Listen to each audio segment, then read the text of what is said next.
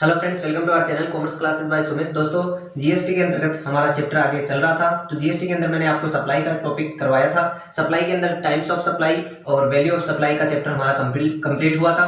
अब बात करते हैं place of supply. Place of supply दो प्रकार से डिवाइडेड है, गुड्स के केस में अलग है और सर्विस के केस में अलग है। आज हम केवल गुड्स के केस के बारे में डिस्कस करेंगे कि प्लेस ऑफ सप्लाई गुड्स के केस में क्या क्या होगी, किस प्रकार होगी और कैसे होगी। तो आइए चलिए करते हैं स्टार्ट। पहला जो पॉइंट है वो है supply involves movement of goods.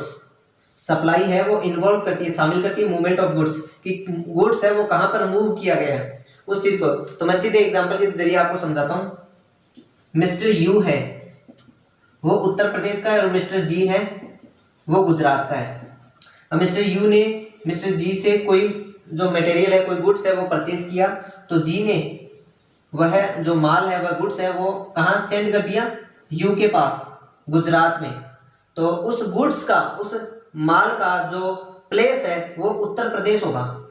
तो प्लेस ऑफ सप्लाई क्या हुआ, उत्तर प्रदेश, कि जहां पर सप्लाई की गई वह जगह है उत्तर प्रदेश।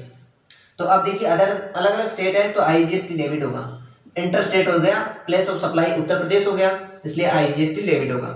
चलिए बात करते हैं सेकेंड ऑप्शन की, goods delivered on the direction of third person, जिसे हम बिल टू शिप टू का मॉडल भी कहते हैं। देखिए गुड्स डिलीवर किया गया on the direction of third person, निर्देशन में, डायरेक्शन में थर्ड पर्सन को किया गया। तो इसका भी एक एग्जांपल देखते हैं, उसके जरिए मैं आपको समझाता हूं। यहां पे देखिए वाई लिमिटेड है जो कि राजस्थान का है और एक्स लिमिटेड है वो है महाराष्ट्र का।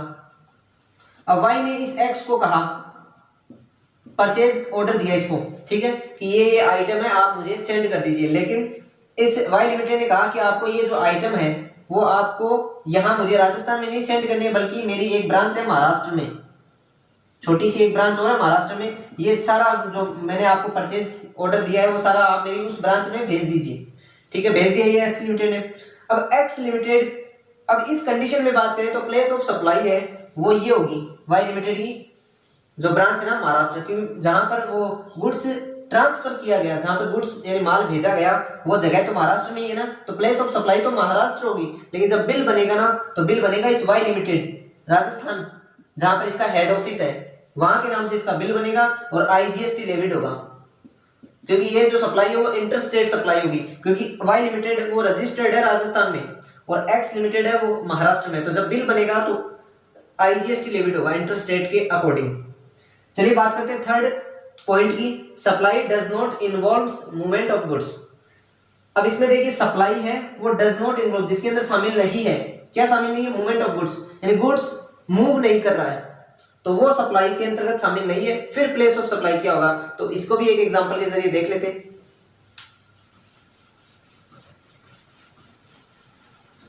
दोस्तों इसका जो एग्जांपल होगा वो देखिए ऐसा होगा, ये एक्स लिमिटेड है जो कि झारखंड में है, झारखंड में, और वाई लिमिटेड है वो है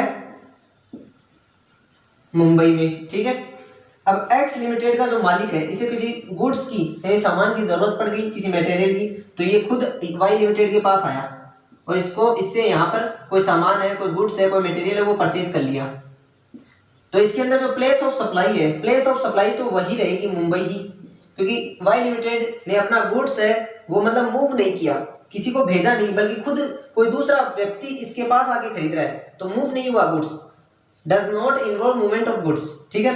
तो प्लेस ऑफ सप्लाई तो मुंबई हो गई, लेकिन वह जो व्यक्ति था एक्स लिमिटेड वो रजिस्टर्ड कहाँ का था, वो झारखंड का रजिस्टर्ड था, तो इसलिए लेविड क्या होगा, आईजीएसटी लेविड होगा। ये इंटर स्टेट के अंतर्गत आएगा, क्योंकि अदर स्टेट का व्यक्ति यहाँ पे आके खरीद रहा है तो आईजीएसटी लेविड होगा, लेकिन प्लेस ऑफ सप्लाई तो मुंबई ही होगी।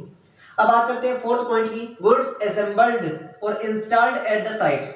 अब इसके अंदर बात करते थे कि गुड्स है वो असेंबल्ड होता है या इंस्टॉल्ड किया जाता है जिस जगह है के ऊपर, वही प्लेस ऑफ सप्लाई होगी। बात करते हैं एक एग्जांपल से, तो ये ए लिमिटेड है, इसने एक ए लिमिटेड है मुंबई का, इसने एक मशीनरी है वो इंस्टॉल की बेंगलुरु में, बेंगलुरु में इंस्टॉल्ड कर दी, यानी वहां पर स्थापित कर दी, इस्टेब्लिश कर दी।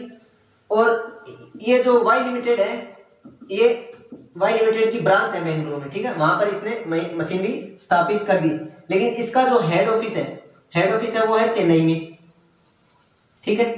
तो इसने मशीन कहां लगाई, ए लिमिटेड ने मशीनरी कहाँ स्थापित की? बेंगलुरु में, जहां पर वाई लिमिटेड की छोटी सी ब्रांच है, ठीक है। और ये है कहाँ पे, इसका हेड ऑफिस है चेन्नई में, लेकिन इसने जहां पर स्थापित की वही प्लेस ऑफ सप्लाई होगी। तो प्लेस ऑफ सप्लाई क्या होगी? बेंगलुरु। तो अदर स्टेट हो गया, और ए लिमिटेड है मुंबई का और वाई लिमिटेड है बेंगलुरु में, और रजिस्टर्ड है चेन्नई में। तो अदर स्टेट हो गया, तो आईजीएसटी विल बी लेविड, तो आईजीएसटी चार्ज किया जाएगा, लेकिन प्लेस ऑफ सप्लाई वही बेंगलुरु होगी। अब बात करते हैं 5वें पॉइंट की, goods supplied on board a conveyance. इसके अंदर एयरक्राफ्ट आ सकते हैं, ट्रेन आ सकती है, मोटर व्हीकल आ सकते हैं, ठीक है, वेजल्स आ सकते हैं, ये सारे कन्वेंस हो सकते हैं। तो अब इसको भी एक एग्जांपल के दृष्टिकोण से बताते हैं।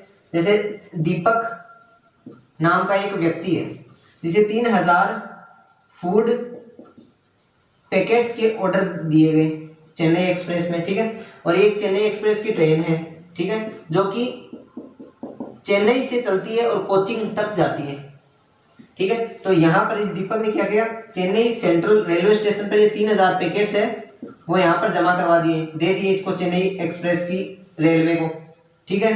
तो अब इस दीपक की जो प्लेस ऑफ सप्लाई है, प्लेस ऑफ सप्लाई तो वही चेन्नई रहेगी, ठीक है, और चेन्नई आता है तमिलनाडु के अंतर्गत, और ये जाती कहाँ है, ये ट्रेन ये जाती है कोचिन, कोचिन जो कि केरला के अंतर्गत आता है। तो स्टेट अलग अलग हो गया तो आईजीएसटी लेविड होगा, इंटरस्टेट हो गया ना, क्योंकि चेन्नई से चलती है और कोचिंग तक जाती है, तो स्टेट अदर स्टेट में जाती है ये ट्रेन, तो आईजीएसटी लेविड होगा इस 3000 फूड पैकेट्स में, लेकिन इसकी प्लेस ऑफ सप्लाई है वो चेन्नई ही रहेगी, क्योंकि इसने जहां पर सप्लाई किया था वह जगह चेन्नई ही है।